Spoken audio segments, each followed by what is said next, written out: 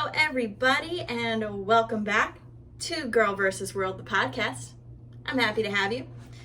I am dealing with a heat wave here in LA today. It is really, really hot, and if you don't know anything about recording podcasts, you have to be in a really quiet area, which means that I have to turn my AC off because it's too freaking loud. And all you would hear is like humming in the background. Even if I adjusted things to try and like minimize that amount, you would still hear it, and it's really obnoxious. So I am gonna sweat through this entire episode, if that does anything for you. No, I'm just kidding. But it is very toasty, and if you're watching on YouTube, my forehead is very shiny, and that's probably going to continue to happen because it's very toasty in this apartment. And I'm like in the corner too, so there's no windows where I record because that's where I can soundproof best. So these are the struggles you deal with when you are an independent podcaster with a limited budget. So here we are. And I'm just gonna glisten and shimmer through this episode. All right, so today I wanted to just talk about the reality of what our world is. Now that sounds like a big topic to talk about, but specifically, I want to talk about this idea that everybody has something going on in their life. Like, nobody's perfect, right? We say this often. We say, oh, nobody's perfect, but we sure as heck idolize people as if they are. Like, think about some people in your life that maybe you follow them on social media, maybe they're famous, maybe they are friends of yours, maybe they're people you went to high school or college with, whatever the case is, however you know these people. You look at them and you think, I wish I had their life. Right? We all do this. This is a normal human process to look at other people and like be envious of their life or think that they have it together or compare ourselves to them. And this is a normal thing that a lot of people do, myself included. There are plenty of people I follow on social media where I'm like, man, they really have it together. And even in my therapy sessions, my therapist will be like, who's somebody whose relationship you admire, whether it's a relationship with their parents or a romantic relationship, like who are some of these people, and name qualities, right? So it's easy to pull kind of from that experience because we watch people. In today's day and age, we can watch people so much more closely, and that's not to sound creepy, like, oh, I'm watching you, but like we really are. We're observing people in a different way than we ever have. Like, it used to be back in the day, you had to watch like documentaries to get an idea of what people look like, or you watch the news to try to get an idea of what people look like, or watch home videos, and those were rare because not everyone can afford a camera, like we didn't watch people as much. The only people we watched were like the people in our lives. But now, television came out and we could watch people on TV, and either it was scripted or not. And then we had reality TV where, we got this kind of concept that we were being a fly on the wall in people's lives. Now, we know now that a lot of that stuff is scripted, and they kick up the drama and create situations and scenarios and choose humans that are naturally more dramatic for entertainment purposes. But like, we got to watch people, and we still are very fascinated as a culture, as Americans, that like we love to watch other people.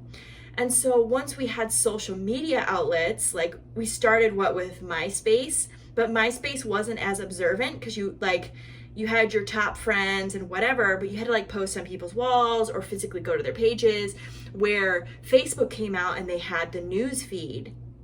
And this was somewhere where we could scroll and just learn about so many people and watch so many people's lives, right? Like that was life-changing. It was a time that like my generation, we've grown up through this, and it's been a whirlwind because the internet even when I was younger, like we had dial-up and you had to wait to get a connection, and then you were like chatting with strangers on AIM and like AOL and all that kind of stuff, right? So we've come a long way in being able to reach out to other humans and watch what they're doing. And now we're in a place where like we can literally watch people's lives on the internet. You know, we have streamers, people that literally go online and you can watch them play video games and watch them interact. Even with adult entertainment, like we have OnlyFans and we have porn websites where like you can watch people live. Like you can find pretty much anything you want to find and watch it, right? So here we are in this culture of like constantly watching all these things. Even our entertainment, we have Netflix, we have Hulu, we have all of these networks where you can just constantly watch and watch and watch and watch. So what happens then? We start to compare ourselves to other people. Like, all right, this is what real people do, and how do I compare to that, right? The problem with that is most of the time we're seeing the highlight reel of people's lives. We are seeing only what they want us to see, right? It's highly like hand-chosen content. We're not seeing stuff behind the scenes, like how this stuff was made or the struggles that people face. And the struggles that we do see that people face are oftentimes in reality TV, or they're played off to make someone look really, really crazy. Like if we take, for example, Britney Spears, right? Like I remember when she shaved her head, and like that was so crazy to me then. I was like, what is wrong with her? Like people shouldn't act like this. But as an adult now, like I get why she shaved her head. I get like the amount of pressure she must have been under. Like, but we don't see that stuff. We only see it in the media, and it gets dramatized and stigmatized, and she was shamed for doing that, and she's still being shamed for doing that. You know, like she got all this crap for being with Justin Timberlake, right? Like he got all the credit for being the guy that like banged Britney Spears, and then she was the slut for like having sex with him. Like it's so bad. It's so bad. Our media is so effed up in so many ways that this is our example of things, right? So, all right, to circle back, like I mean, I could keep going on this subject because, you know, our perceptions and what we see, it's all really highly cultivated, and we're only shown certain things, you know, and a lot of it has to do with making people feel really bad for making really realistic choices. You know, like Britney shaving her head seemed like such a crazy thing, but man, it really isn't. I've cut all my hair off. I get it. You know, like things happen in your life, and sometimes you make poor haircut choices. Sometimes you don't. Sometimes you feel like you just need to have like such a dramatic change to get out of where you are. Sometimes it's even just for attention, right? Like there's been plenty of things I've done in my life where like I just want some attention because the people in my life aren't giving it to me, and I don't know how to get it because of relationships I've been in, or past trauma, things like that. So all right, so let's get back to, we see like all these examples of people, and we start to idolize the people that we think are doing well, right? Whatever that is in your mind. Again, this is something you're setting, the expectation you're setting. So essentially what you're doing is you are casting these humans in a role in your life. They don't know it. They don't know that they are this example for you. They don't know it. We do this with partners as well.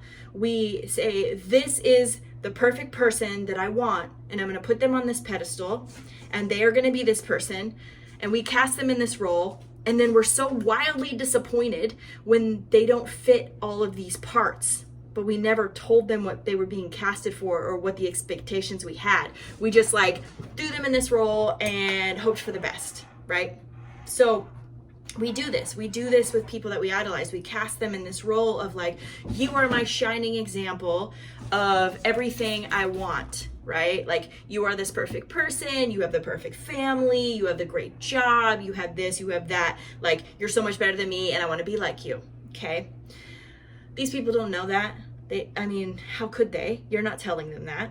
You may not even you might just be secretly creeping on them, where you don't even comment on stuff and tell them how proud of them you are, or you may not even have any sort of connection to them at all. Like, this happens a lot if you have like celebrity idols and things, right?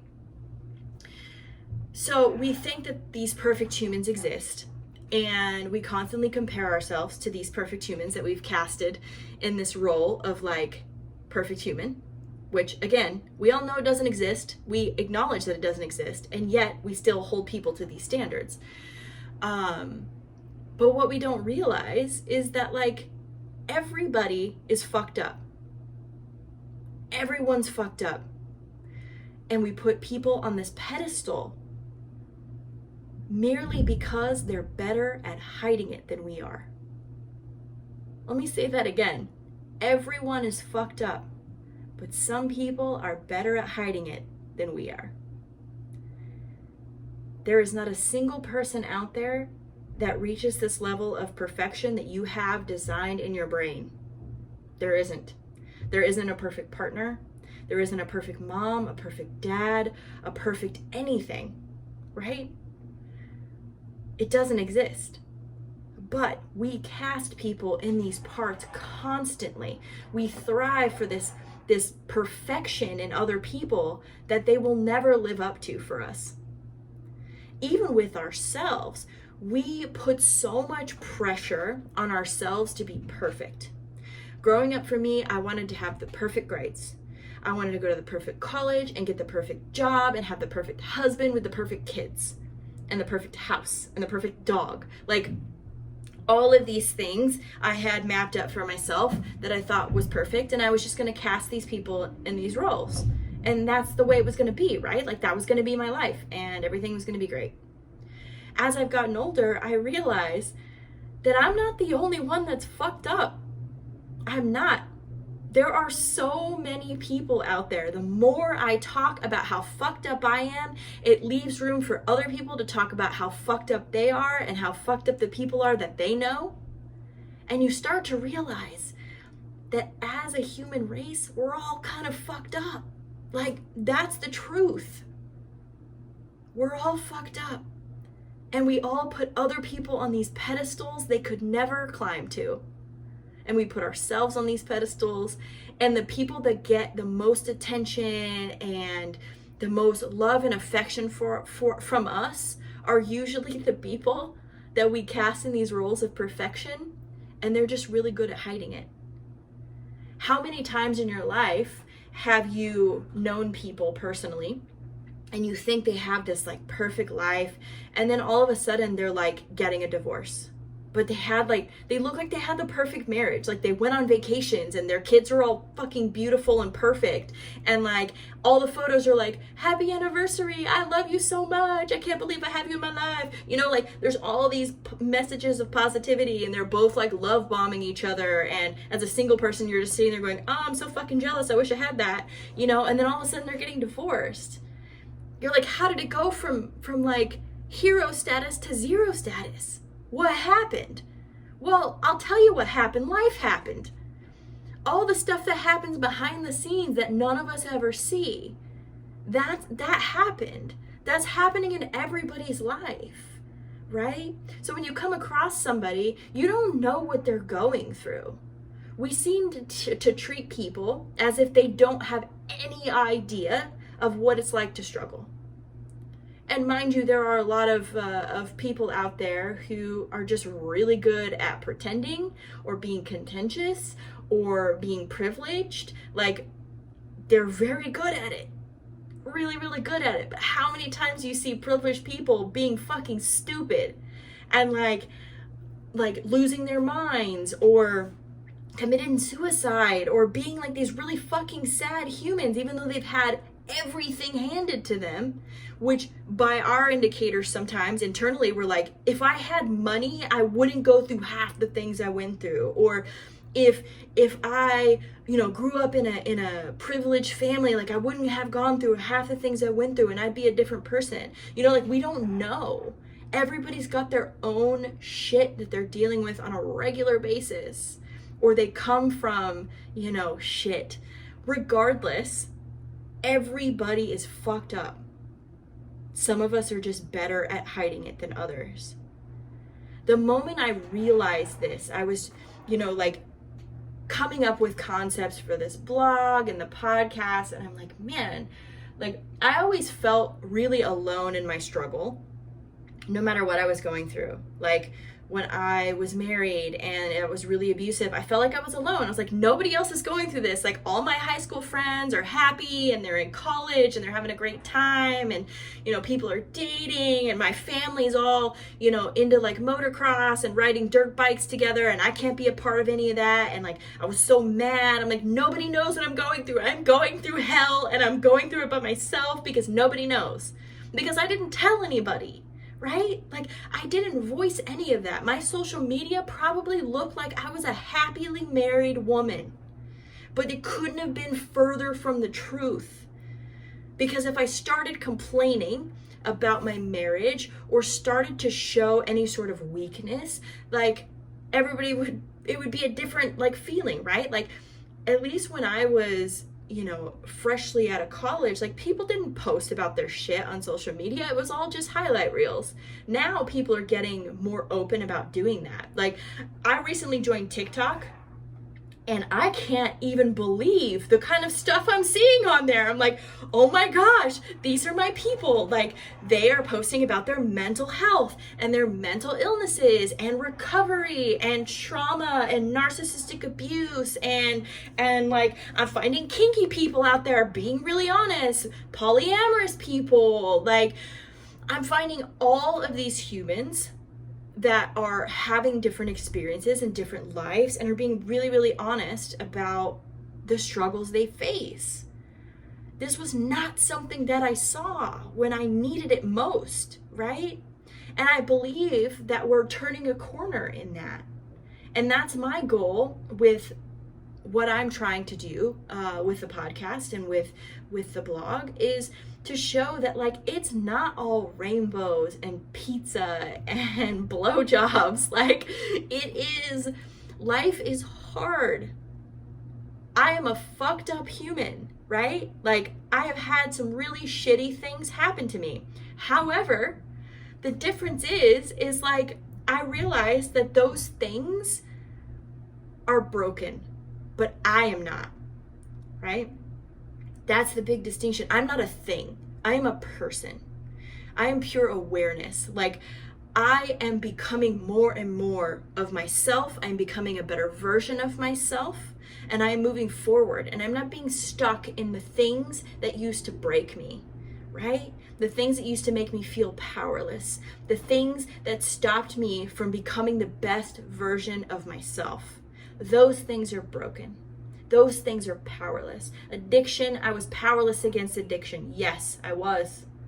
My trauma broke me. I was broken, but I'm not those things anymore. Because I am not an item. I am not a thing. I am not a commodity. I am a human being with consciousness and awareness, and I have love to give to this world. Like all of those things are perfection. Awareness is perfection. That's the only kind of perfect you need to be, is aware. And that's what I strive toward. I just want to be aware, right? And the older I get, the more aware I get of what is happening, what has happened, and what can happen, right? The more that I step into my own power and realize that I'm not defined by all these things that happened in the past, they have no power over me anymore. I've stopped idolizing other people as well, because I realize how broken we all, like, not broken, but like how fucked up we are sometimes. How like as a group of humans, there's so much damage in there, right? There's not perfection in the things that we do. The only perfection is in our awareness, right?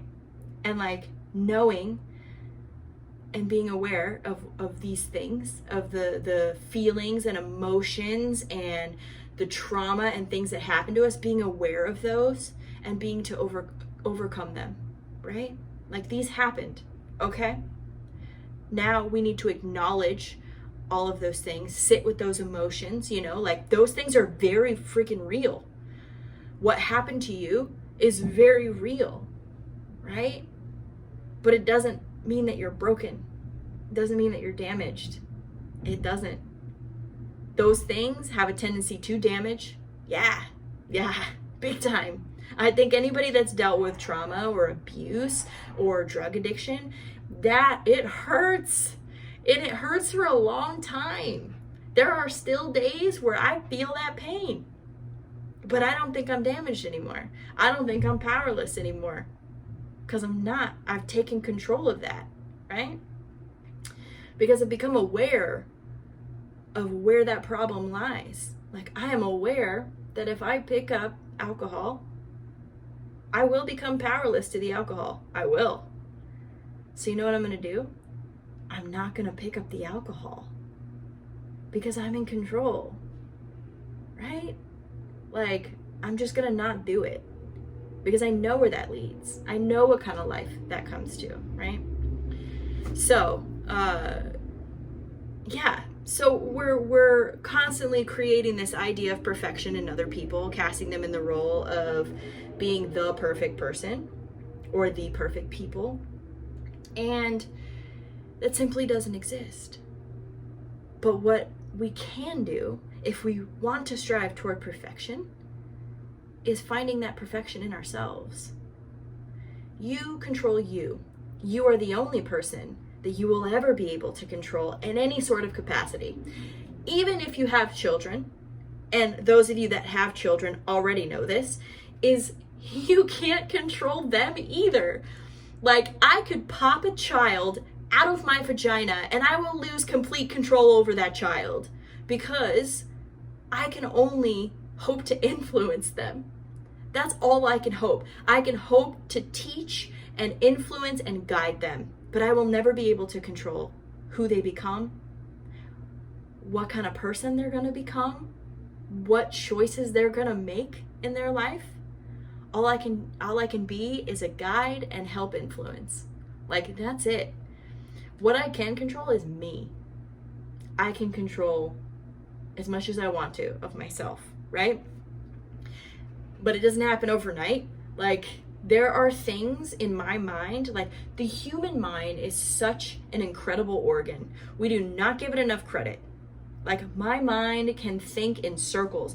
I can fantasize, dream, and create entire scenarios that have never happened. And my mind just creates this stuff, right? Like, it's incredible. Your mind can talk you out of things. It can talk you into things. It can trick you. There have been so many times where my brain has tricked me into drinking in my life, where I'm like, no, I'm never going to do this again. It feels bad. My life is in shambles.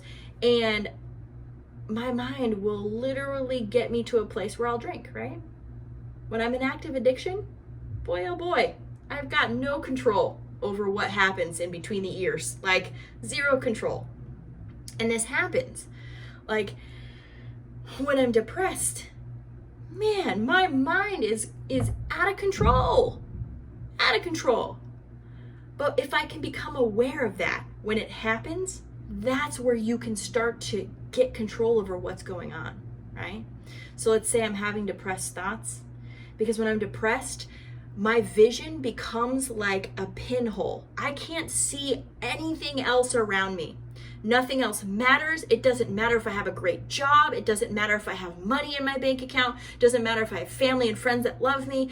My world becomes about this big, tiny, and nothing else matters. I just want to see the shit that I can fit into this tiny hole. And my brain focuses on that.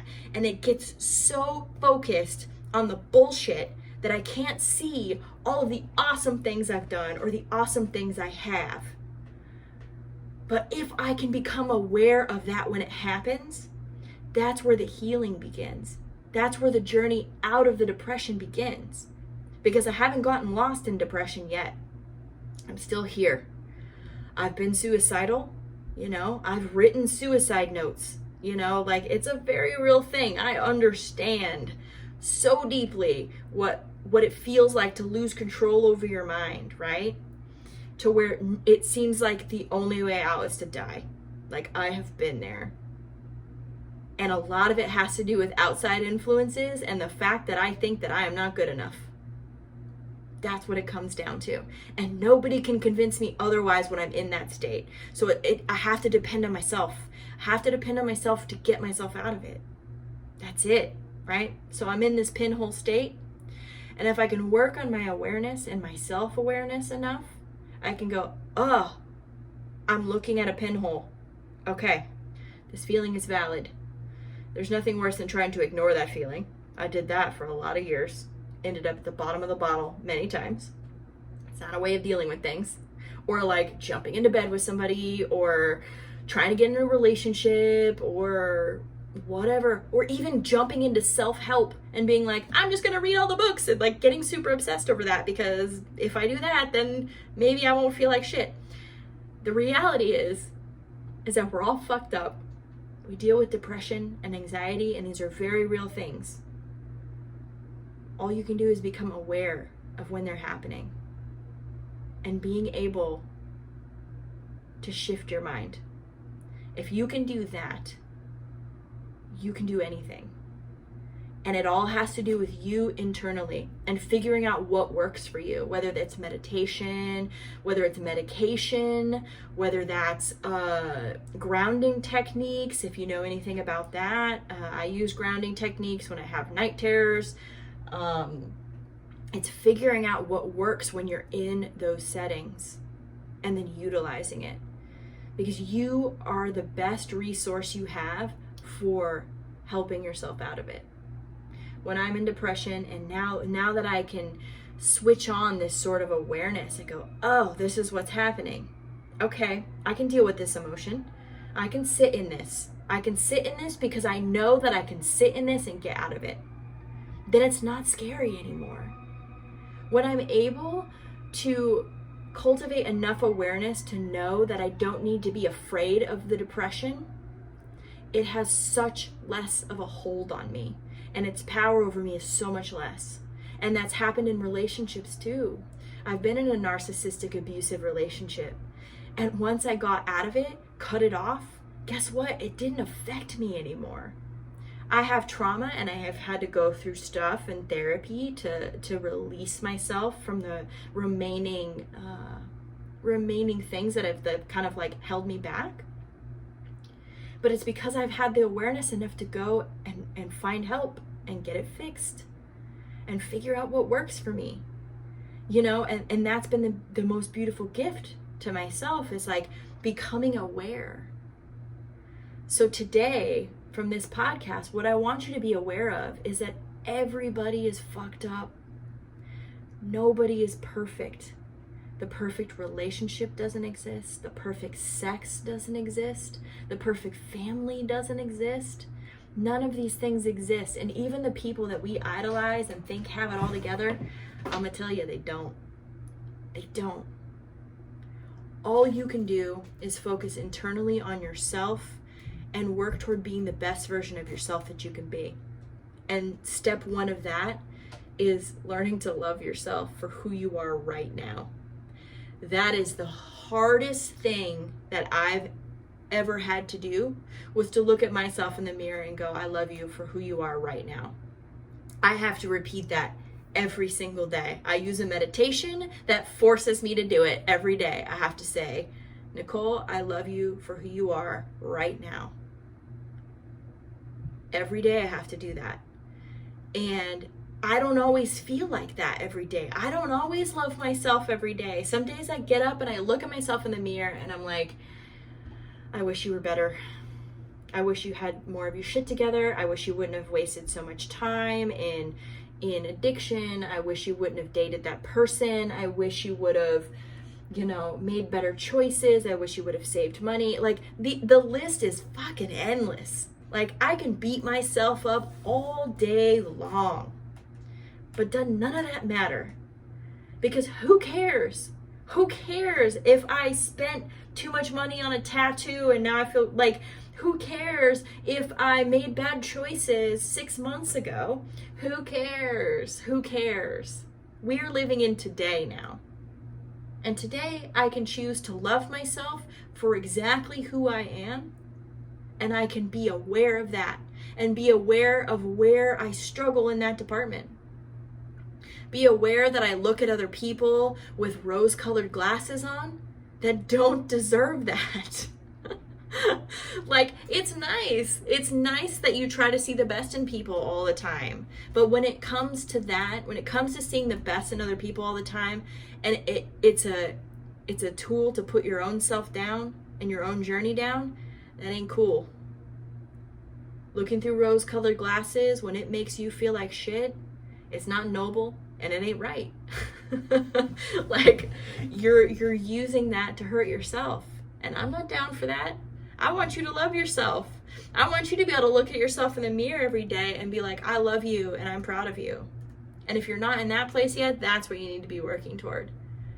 Not worrying about what the Joneses are doing or how you don't have the things that other people have. It all starts with loving yourself. And until you do that, you are never going to be happy. You are never going to feel like your life is good enough or that what you're doing is good enough. You're going to feel like shit every single day until you're able to look at yourself and say that you love you.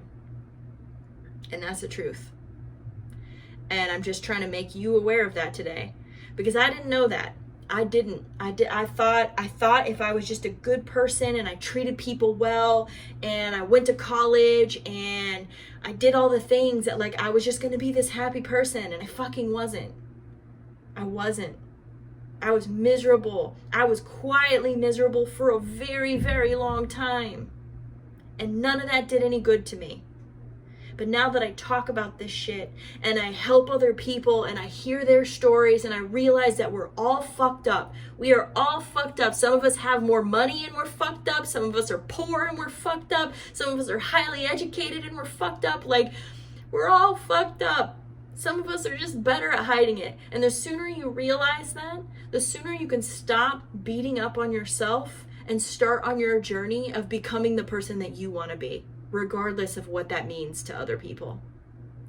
So today, I encourage you to love yourself and start on that journey. The one thing you can control is you.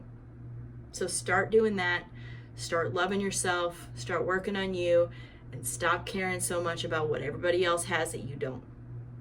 Talk to you next time.